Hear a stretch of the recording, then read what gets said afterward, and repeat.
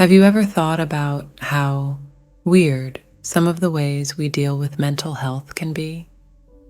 Like when you're super down, maybe even having trouble getting through the day, what's the typical advice? A checklist of symptoms, a diagnosis like you've caught a cold, maybe some pills or talk therapy.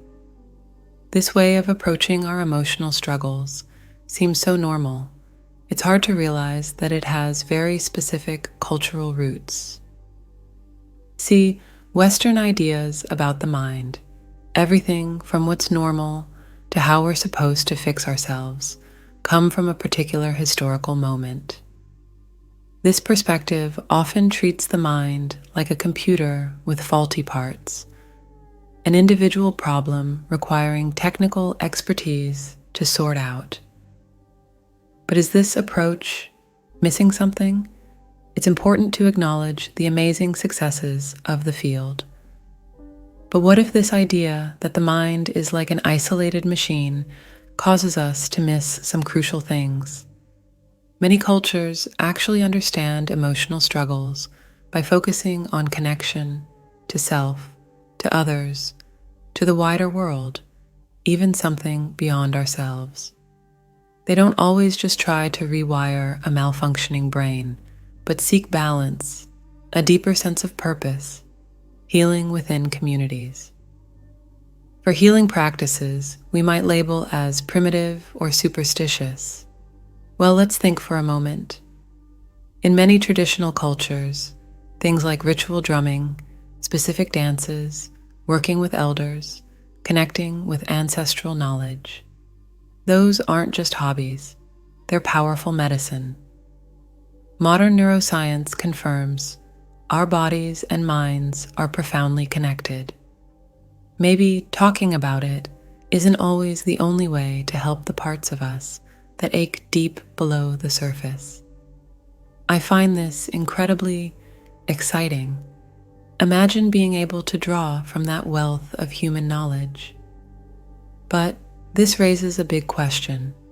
What happens when cultures with drastically different views on the mind collide? Especially when one historically held more power or assumed its approach was superior to others. That is where decolonizing psychology comes in. To be clear, this isn't about bashing everything about Western psychology. It's about taking something good and making it even better. Decolonizing psychology means being aware of the biases lurking in our theories and approaches so we help all people more effectively. Collaborating with traditional healers as peers with wisdom beyond what you typically learn in university. Focusing on social justice. When people face inequality, prejudice, or historical trauma, isn't our task more complex than simply labeling what's wrong in their heads? It's a challenge. It's messy. It's incredibly important. It's where the field of healing our brains, hearts, and minds needs to go next. If you're intrigued, if you believe we can have a psychology more true, humane, and effective for absolutely everyone, well, there's so much more to explore. It led me to write a book, Psychology's Colonial Hangover. It expands on everything we've just touched on in the video today.